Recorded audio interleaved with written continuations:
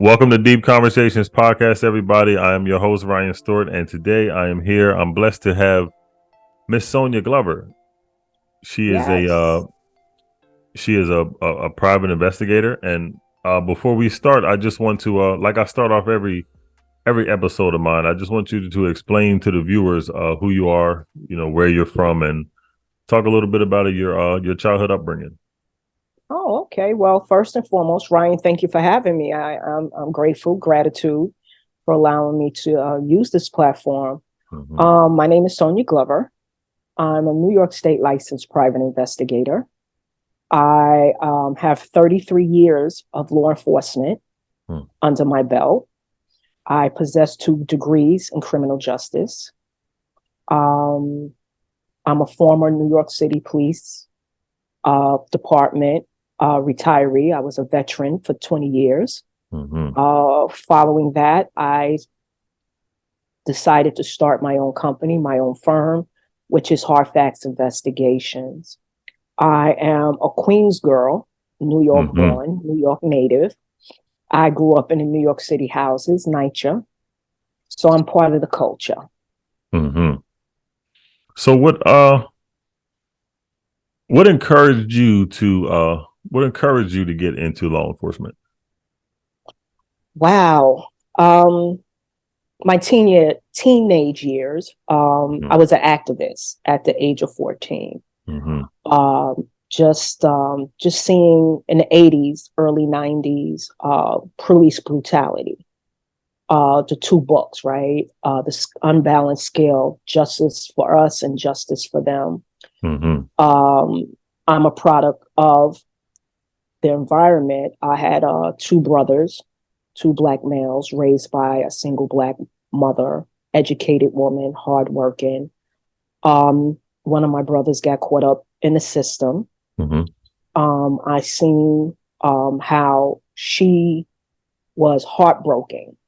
And I also saw how they were getting a runaround in a bad spill Mm-hmm. within the justice system. He was accused of something. My mom went and paid for an attorney. We didn't have the 18B free attorney. She went and paid a paid attorney, and they were in court. They had the victim witness with the prosecutor and our attorney. I didn't know much about law at that time, but what I seen, I knew was wrong. It didn't feel good in my gut. Mm-hmm. Uh, Things just seemed off. They had brought my brother into the courtroom and sat him singly by himself.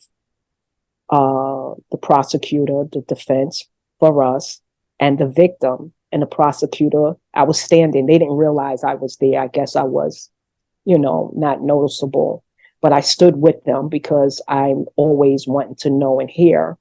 Long short of it, the prosecutor said, that is the guy that we have, pointed him out, told him his name.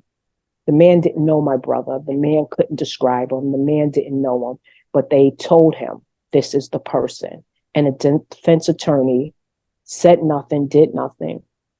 So I interjected in that time. I said, something's wrong here. You just told him, who my brother was in that interim, and now everyone is taken back and sidebarring. Long short, that rubbed me the wrong way. Also, just being in school, or just in the hood, if you would, Mm-hmm. just seeing how brothers were getting beat up, tossed, frisked for no reason, some justly, some unjustly, but just continually see our community having their rights violated. Mm-hmm. So at that time, I said, how can I best help, right? I don't want to sit on the edge and complain. I was never that. I was always hands-on.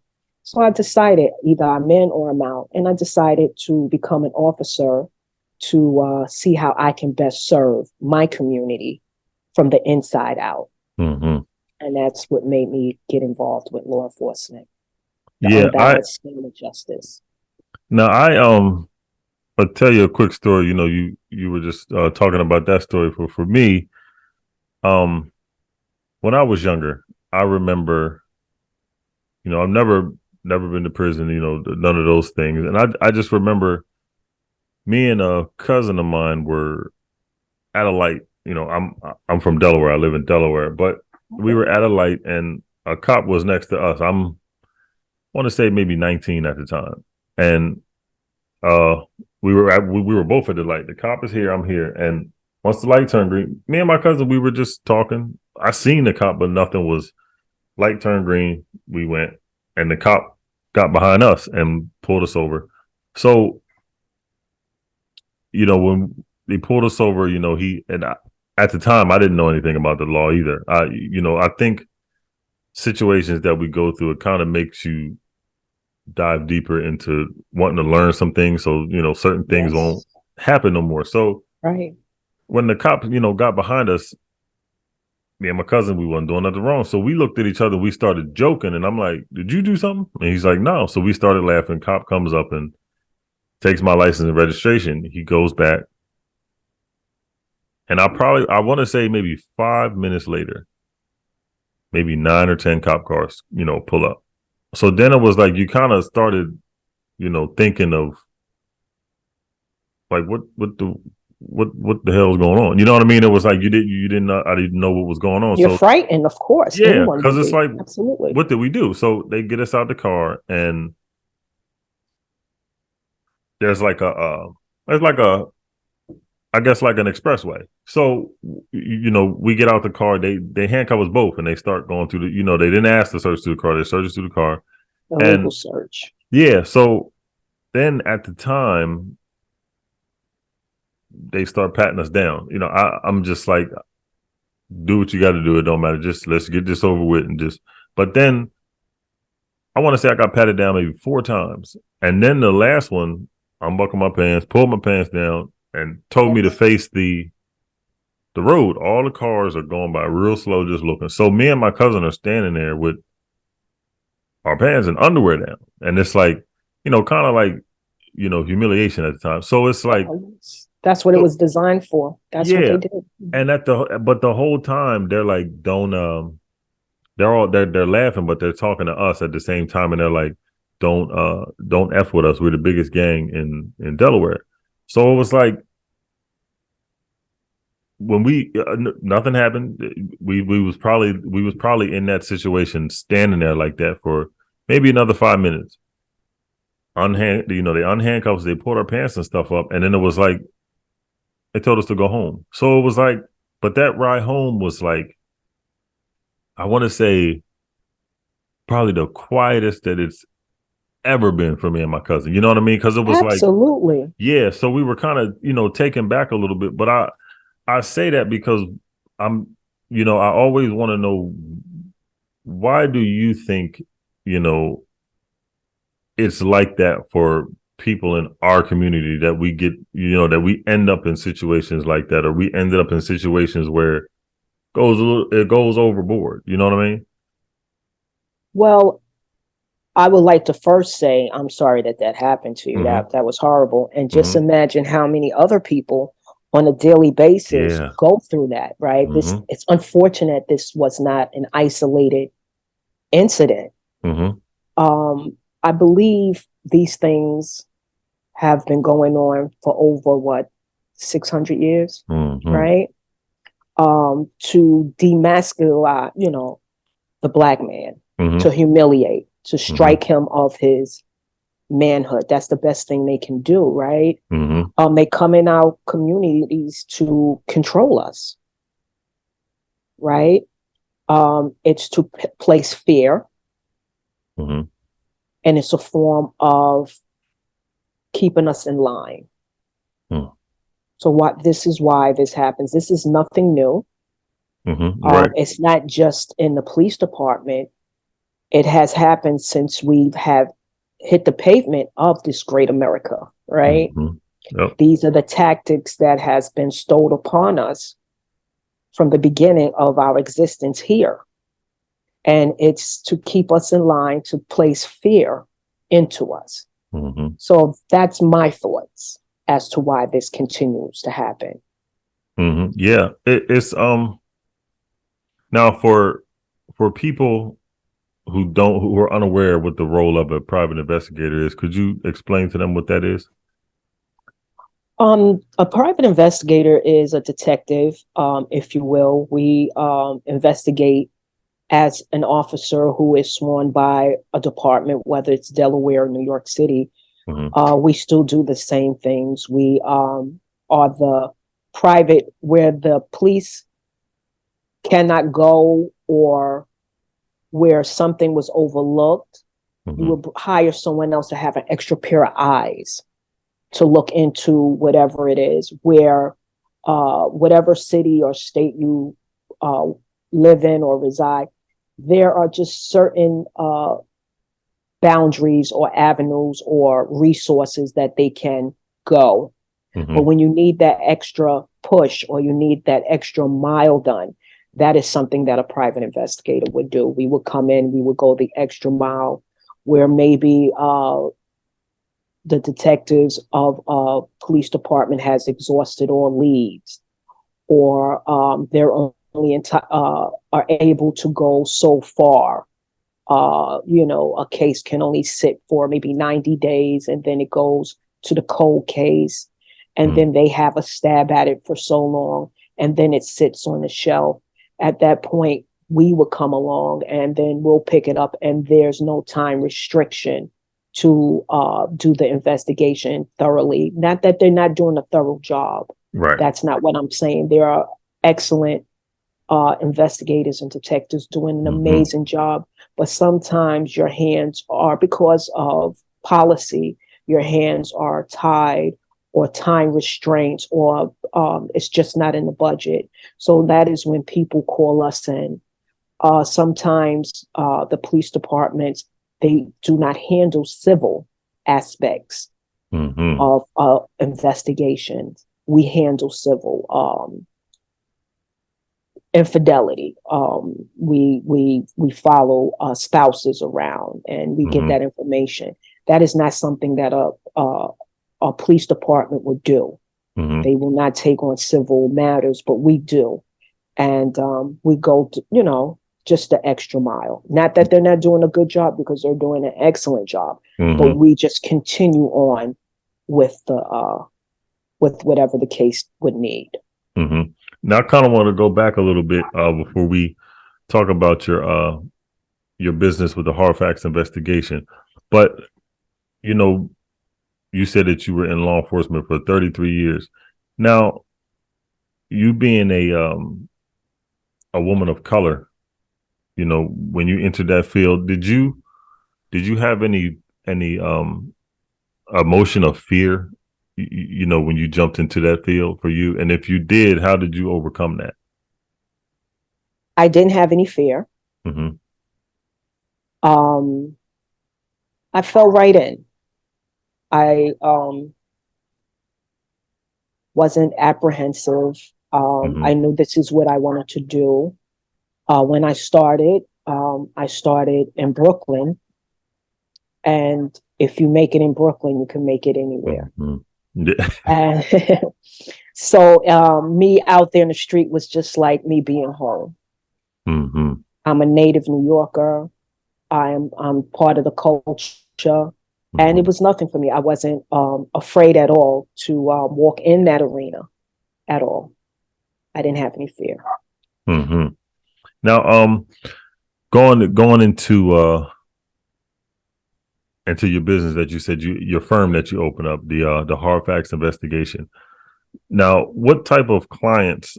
You kind of went over a little bit, but if you could, get a little bit more into it, what type of clients do you service? I service mostly people that have been incarcerated. Okay. That is a good 75% of what we do.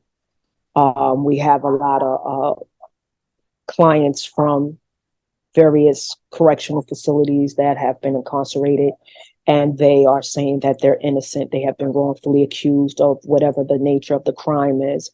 And they reach out to us to help them, I guess, with their cases, to get their cases overturned. It can be anywhere from us to go out and find new witnesses or revisit old witnesses to see if they would like to recant their stories for whatever reason.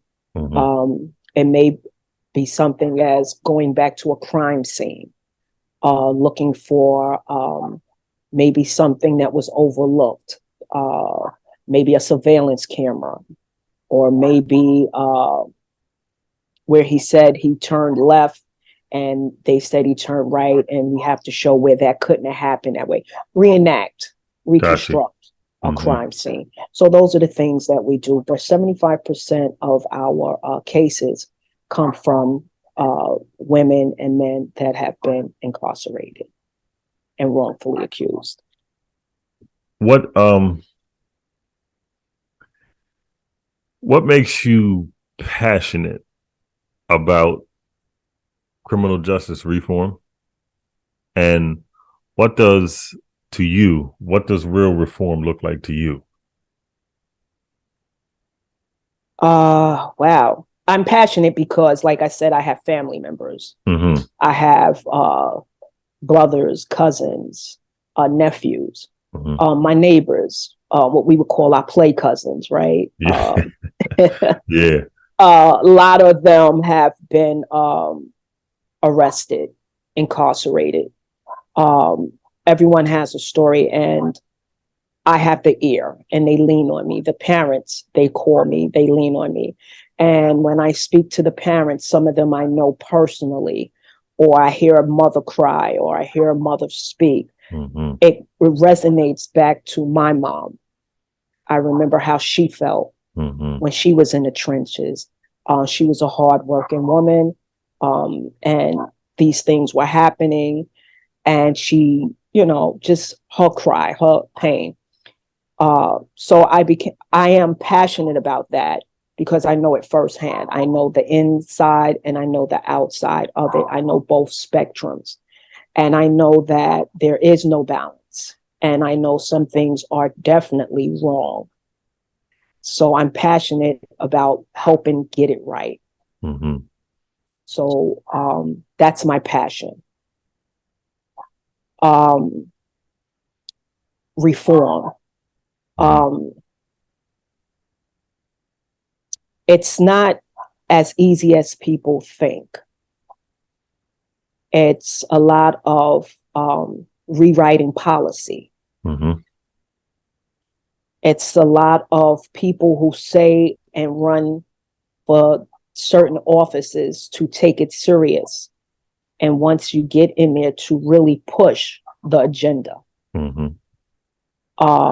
It's a lot of revamping, and it's not about the training, because you can train and you can see we've given training, people have been retrained, and the same things are continually to happen. It's not the training. So we have to change policy, and that's where it is.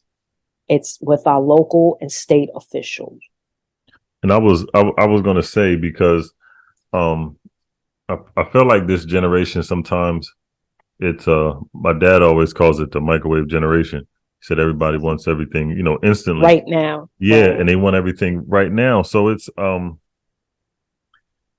everybody looks at, politics and things, and you just think somebody who's the president, that's who you focus on. But it's all the, like you said, the state and the local and everything like that nobody really pays attention to. Those are the ones who got their hands in making all the policies for each state that you got to go around. They're all different in each state. So, you gotta. You have to hold people accountable. You have to hold their feet to the fire. Everyone skips over local and state, and they go directly to the White House. Yep. It starts at home, right? We always hear that. It starts at home. You elect these officials, and they run on these reform tickets because it's trending. Let's hold them to task. Let's knock on their office door every now and again. Tap, tap. Where are we with this? Yep. What's really going on?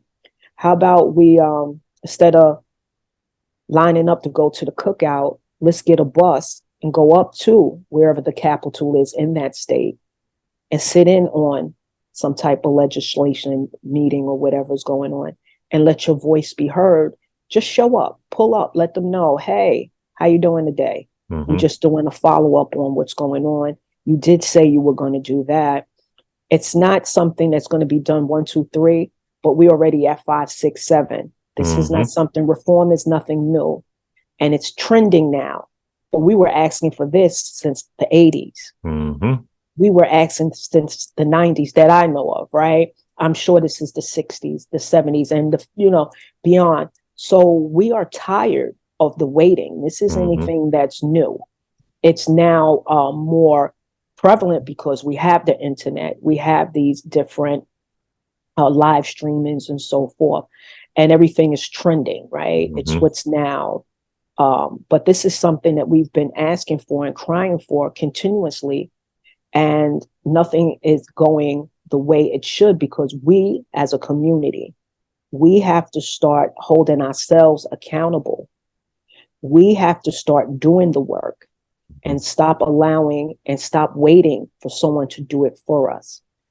If I elected you and if I took the time to put my trust in you and I went out and vote because you said you voted, I voted for you for this, I'm going to knock on your door and I'm going to say, Senator, Congress, Assembly, council person, you said this.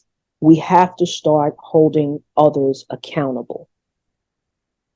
And the only way this is going to work is through policy, not training. That's my opinion. The training is there. Millions of dollars have been invested in training. The world premiered police department is the New York City Police Department. Many states and local municipalities, they look to the New York finest, believe it or not, right? But it's not the training. It's policy within the department, policy within the state legislation. Those are the things that need to be addressed. And I agree with that 100%, because like you said, it starts, when you first said that it starts at home. I mean, it really does. Because sometimes I feel like when you look around and you ride around in all of the inner cities and you talk to some people, they've never really been taught about these things. You know what I mean? Taught about, policies and things like that. And when they do find out, you find out through when you're incarcerated, or you find out through, those type of things. So it's like you said, we have to hold each other accountable, and we can't hold somebody else accountable if we don't know how to hold our own community accountable for certain things. You know what I mean? It's right.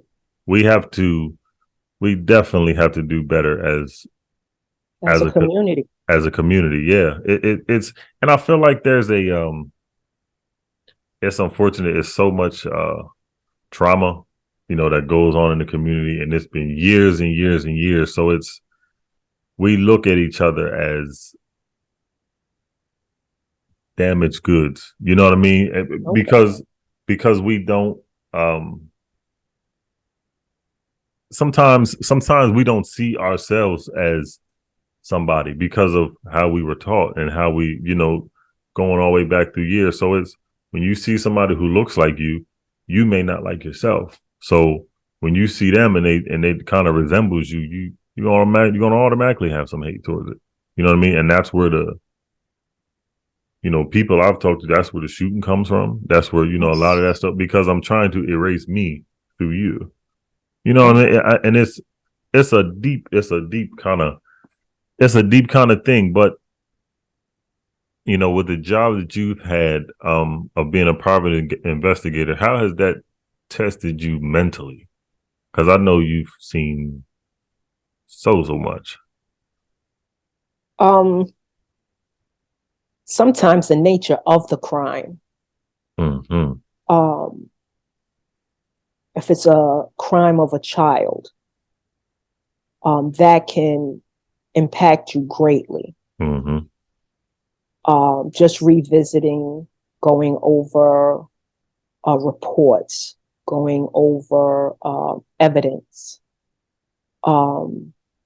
just reenacting what happened, going to speak to the victim and having them to relive it. It is really impossible not to internalize some of it. Oh, yeah. So that sometimes plays on your mental. Mm-hmm. Sometimes when you speak to your client and you really believe and you really know that they're innocent, and to hear what they have endured, to see what has happened to them that should not have happened, that plays a huge part on you mentally as well. And it also gives you a drive to do your best, to give your all, to try to balance it, try to make it right, try to correct the wrong. So these things, it does, it weighs on you. It's no way that it can't possibly weigh on you. It does. Yeah, I've one of my favorite shows is the first 48, and I just to Mine's hear. too, if I will. Yeah, I'm a fan. Yes, I yeah, am. it's when you watch, and I like to see how they kind of take every step to go through to figure out everything. But like you said, the nature of some of the crimes, and everybody can't do those things. This is why you know you're necessary. You're somebody who we need in the community and out here that is necessary, because I know me. There is no way that I could be a a law enforcement. There's no way. These are heroic jobs, and and positions, and for you to have the 33 years of the law enforcement experience, and then opening your own firm to to help out, for they always say, when you do things, what is the why? You explained, you remembering your mother's face, and the Yes. emotions that she had, and that's what those are the things that drives you. It's and even just listening to some of the things that you've said, that's people think a private investigator is it's an easy job. They No, far from it. Yeah, and Far from it. because a lot of times you may just hear things or see things on TV from the show cheaters. So people just Okay. may think that that's one form of just a private investigator, but you've Right. got so many And different you forms. may find fun in that, right? Exactly. Not fun meaning that the other person is hurt, Mm-hmm. but it's not as you can't put that in the same basket as a homicide, Mm-hmm. as a cheater, right? I will not internalize a cheating, Right. situation. Mm-hmm. It's a job, it's something that we did, it's a service that we have provided. But when you're dealing with homicides and different crimes against children or women as a whole, it weighs differently. So Mm-hmm. sometimes you may a car accident, and we'll go investigate that. We'll investigate someone saying that they were injured, and we see them out dancing or jumping rope or in the Mm-hmm. gym. Those things are, yes, those things are easy. Those things are one, two, three. Or if we're doing surveillance to see if someone's out sick, and they're not really out sick, they're in another state or someone else. Those things are easy, absolutely. But when you're dealing with things of a criminal nature or a different, it varies. Oh yeah. It varies. Now, Yes. now, without disclosing any names, is there a case that you could say that you're extremely proud of? Oh, yes. A young man, well, he's an older man. He's deceased at this time. He's deceased. Mm-hmm. Prior to, before he was deceased, he spent 25 years in jail for a crime that he did not commit. Mm. He was accused of killing an elderly woman, robbing her for her pocketbook. And He killed her allegedly with a pair of scissors. Hmm. He was a former postal worker. He began to use drugs. Some informant fingered him. The cops arrested him. 25 years after our thorough investigation, we worked alongside of a lot of good attorneys, Thomas Hoffman, for one, the Innocent Project. And this young man, 2018, I believe, 18, he was exonerated. Melinda Katz released him a few days before Thanksgiving. Hmm. I'm very proud of that. It took my team. We put in a lot of hours, a lot of hard work to get the evidence, to get what was needed to have him exonerated. And I am very, very proud of that moment. I sat in the courtroom when they released him, and the judge told him that he was a free man. Brought tears to my eyes.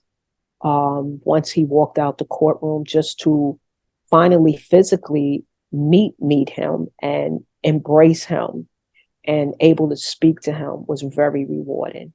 So yes, that was one of the memorable cases that I had, and I'm most proud of.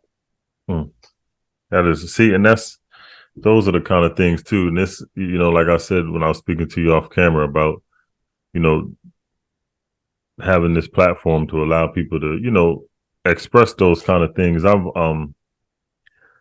As I've been doing this podcast, I've been finding myself ending up in different spaces, and I find myself now that I'm about to do a little series. Somebody reached out to me from Virginia and told me that they seen my podcast, but okay. she works in the prison systems, and she was telling me she wants me to start interviewing some of the inmates, about Nice. about their situations and things like that, and a lot of them are they've been given second chances, kind of like the situation you just explained.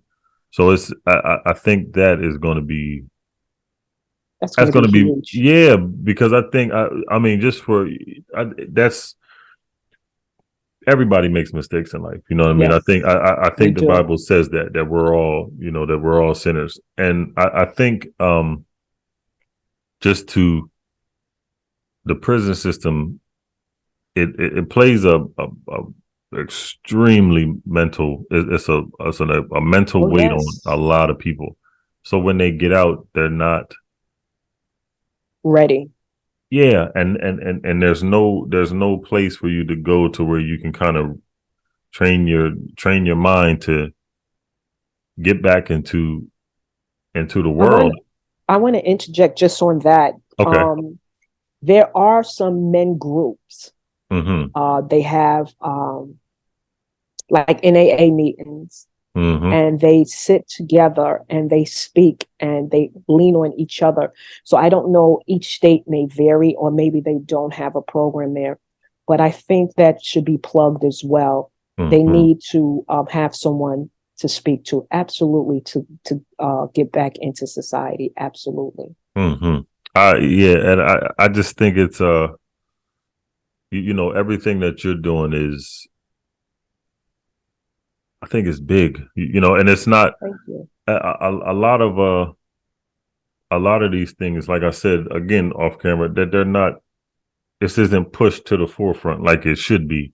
You know what I mean? To help, you're out helping other people. Even some, law enforcement, we see a lot of things that's going on and things that happen now, Right with, with people that are, but there are some good law enforcement officers. There are good, judges and things everywhere, but we do have to,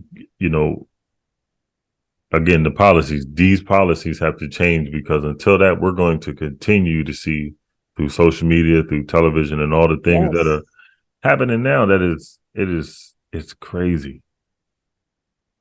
I think as a community, as a whole, I think that we should use our platform in any way. You don't have to be a celebrity, but we have attorneys, we have judges, we have paralegals, we have people that are social workers, whatever or just the mom that stays at home. Mm-hmm. We need to come collectively as a community and build off of that to see how we can help. Outside of my firm, I have a youth empowerment organization where we have the kids come after school. We make sure they're fed snacks and so forth, and they have dinner before they go home. We help them with their homework. We also teach them government. We teach them economics. We try to arm them with the tools that they will need to succeed later in life. Mm-hmm. I don't know, when we were coming up, we had these programs, we had these after school things, and then it dissipated, right? It wasn't anymore. But we take the time. We go to the colleges where they are teaching law, our future attorneys, and we ask them would they come in and do internship, and we teach and educate our children about their civil liberties, about the law, what to do when stopped, how to behave, how to react, so they're not frightened, so they're not totally taken advantage of, right? We tell our kids to say nothing, to ask for your parents, ask for your children. You have to rear them up. We have to take a positive role in our community. We can no longer wait for help. We are the help. We have a lot of civil servant. We have a lot of people in corporate America. We are educated people, and we need to take our skill set and bring it to our community and be of service.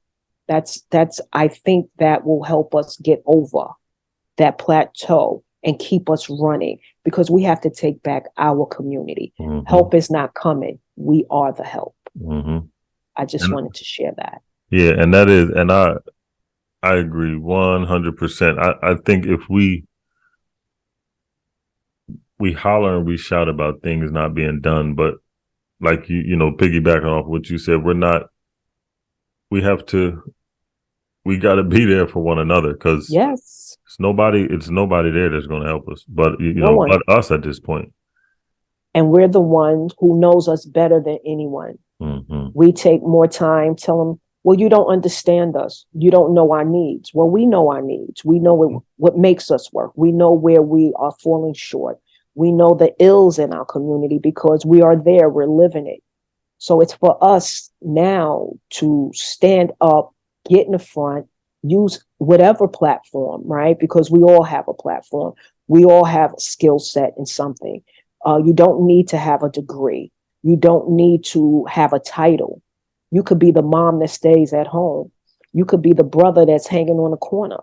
You can provide something to help us get by. And we need to band together, not to take over the world, but to heal our community. And I think to be better. And I think that was powerful what you said, because it's like you said, it's not, it comes from within. It's our experiences that we can all relate to. It's not a college degree. It's not, any of these things that we can relate through, communication and just being around each other and together and love. Yes. It has to start with the love. What has life taught you since you being young Sonya up until now? What has life taught you, especially being in the field that you're in? Discipline, strength, steadfast.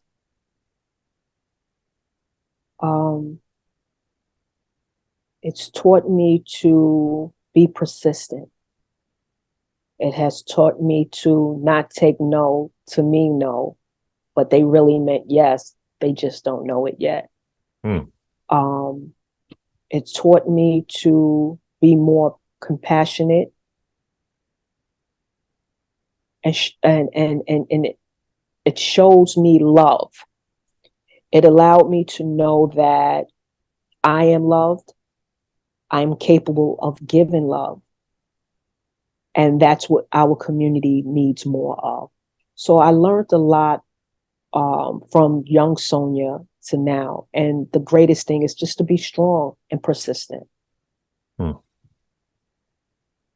Discipline. I think that word discipline, every time I hear it, I think that's the one thing, going back to our community, that we lack Yes.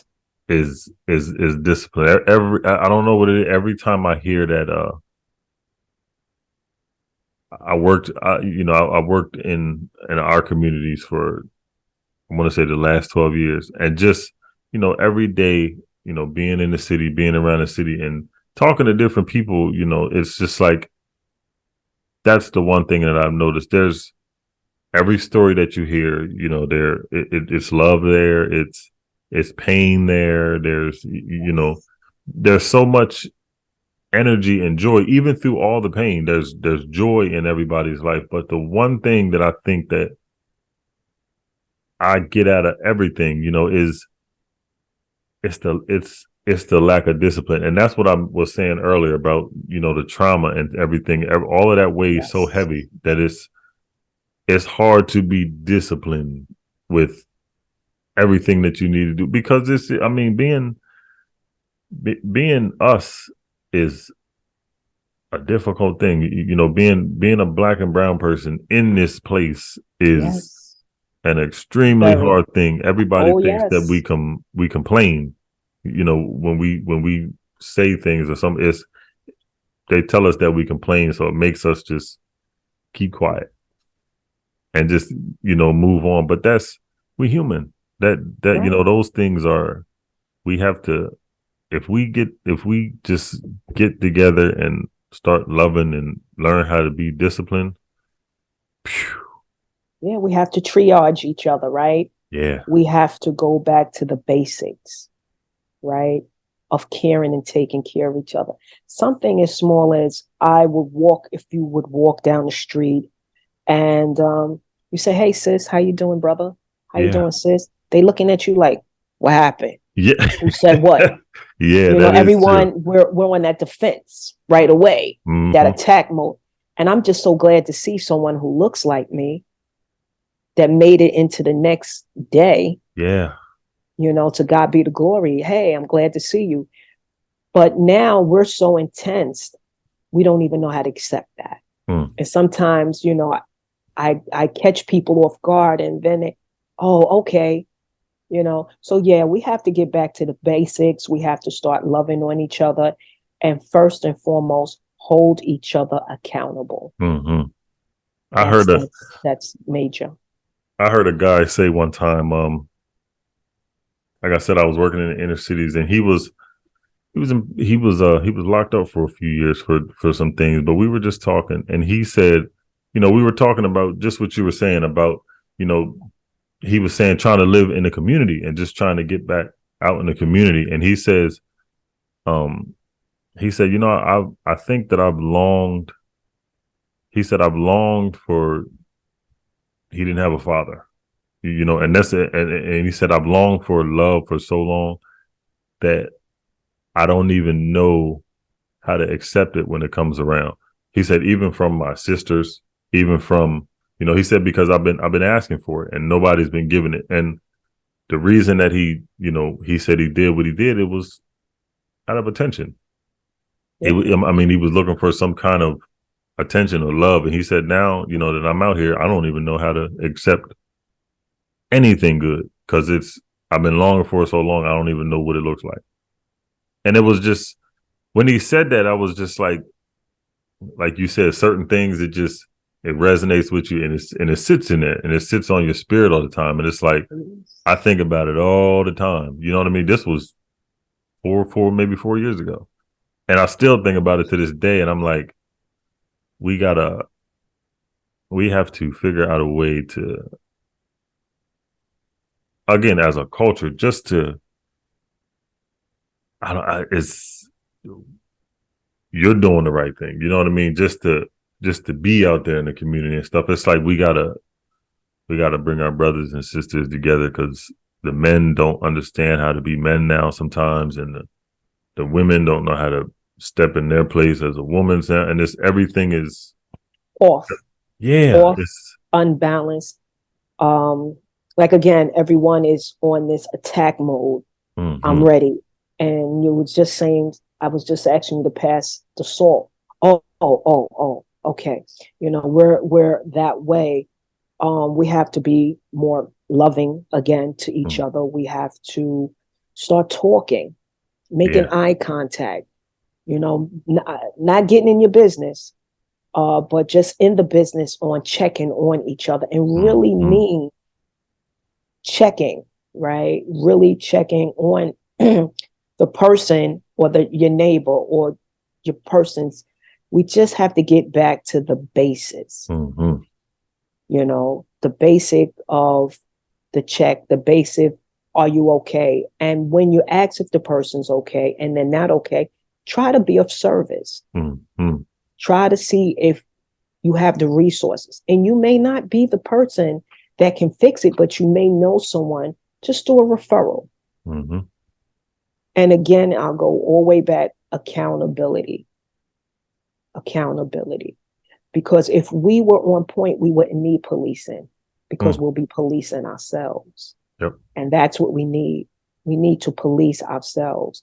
If you're insecure with and you're not happy with the police in your community, then let's police ourselves so no one has to call them. mm-hmm, And only call them when we need it for high things, for little things.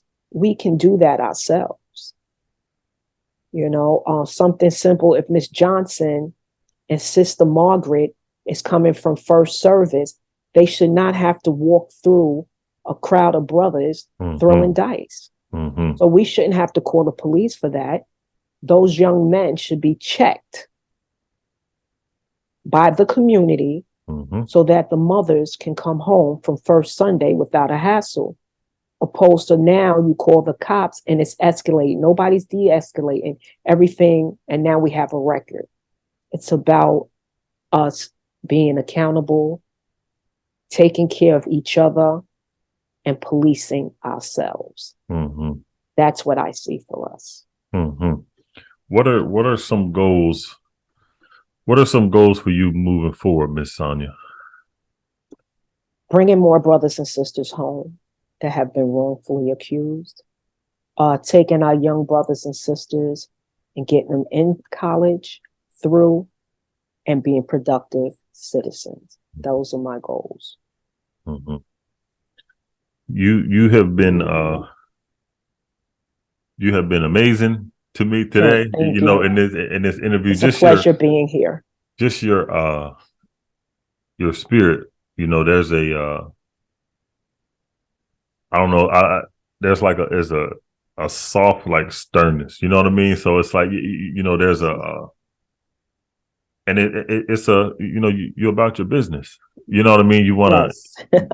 you want to get things done, and you know you're again. This was for my platform. This was perfect because your firm, the Hard Facts Investigation. I think that it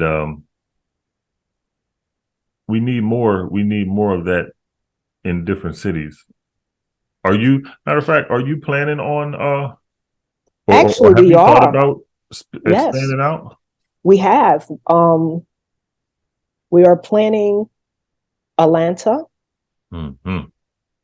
and we're planning Florida. Yeah. I've been visiting, going back and forth to see the need. Mm-hmm. We have been reaching out to people in various counties in the ATL as well in Florida. Actually, my partner is in Florida now. He is part of the firm. His name is Michael Ocasio. And Michael Ocasio had done 20 years in the prison system. He's a paralegal now, and he's one of our heavy hitters. Mm-hmm. So we are out there, and yes, we're looking for other active attorneys, paralegals, private investigators, so that we all can become one and we can make these things happen. So yes, we are branching out. We are on the move. Yeah, Yes, yeah. Do it's you in the have? works. Yeah, I think that's a beautiful thing because I think I don't think I know. I know that it's a necessity that we need. You know what I mean? Like you said, Yes, policing ourselves and having programs and things that the youth can go to. That is, I remember growing up and going to Boys and Girls Clubs and having different programs, like yes. a Dare program or something that people would come in. I taught the DARE program. Did you? I was an officer and I was instructor. I was a DARE part of the DARE program. Uh, these are the Aspire program, the Mm-hmm. gang. We did those things. The Great program. We did Yeah. those things. They're no longer. Nope. Yeah. They're None no of that. longer. And I those things, even to this day, those things are in me. Those things that are taught. Yes. It's and even if as a kid you remember a police officer being there, but I seen I seen him the other day, and it was like when I seen him, I said that's Officer Battaglio. And as I was walking past, I looked and I kind of nodded my head. I said, "How you doing, sir?" And he just looked at me, and he was kind of staring. And I said, I said, I said, I don't know if you know, but you were the officer who used to teach in I was in the class, used to do the DARE program." And I mean, it blew my mind. He was like, "St. Peter's?" And I said, "Yeah." And he was like, "Yeah." He was like, "It's funny." He said, "I remember all them students from there." And it was just that interaction there was just like, Yes. man, like you remember me when I was a little kid. Right. But he made an impact on you. Mm-hmm. Um, I remember as a rookie, before I even became an officer, I remember in high school they had youth officers at the high school, and I remember Officer Sky, Mm-hmm. and she was amazing. She was cool. She took time with us, and when I became an officer, maybe my third year in, I saw her, Mm-hmm. and she was working for the Internal Affairs, and her superior. And I asked him, I said, "Is that Officer Sky?" He said, "Yes." And I told him, as I was telling you, and she was happy. Like Yeah. I made her day that she touched us. And when you make an impact, it goes a very long way. Mm-hmm. And I want everyone to know, whether it's something small, you may think, well, I don't have anything to offer. Just a kind word, maybe just a word of wisdom. Mm-hmm. I didn't get to where I am today just by myself. It was the people from the village Oh. that helped me, that stopped me from doing wrong, or Mm-hmm. encouraged me, or when I was sad or wasn't undecided, that gave me those words of encouragement, or scolded me Yeah. and put me back in check. That kept me safe. That kept me Mm-hmm. on the right path. These are the things that our kids are yearning for.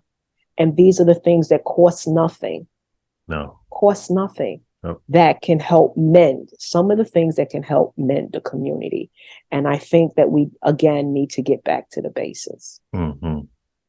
Is there uh is there any social media platforms that you can put out now? I don't have social media right now, but our phone number is 516 Mm-hmm. 597 0727. My email is only ONLY only the facts, FACTS NYC @gmail.com. We only interested in the facts when the facts matters. Mm-hmm. Only the facts. I wrote that down. Miss Sonya Glover, I appreciate you today for being on my No, podcast. This was a I blessing. appreciate you having me. It has Mm-hmm. been a blessing, and thank you. You are a blessing as well, Thank using you. your platform to get the information out there. And the information is not good if we're withholding it. So I thank you for having myself and others. I've watched a few of your old reels, and Mm-hmm. you're just amazing. Thank you for the work that you're doing. Thank Greatly you. appreciated. Thank you. I appreciate you. God bless you. God bless. Be well. Yeah, you too, baby.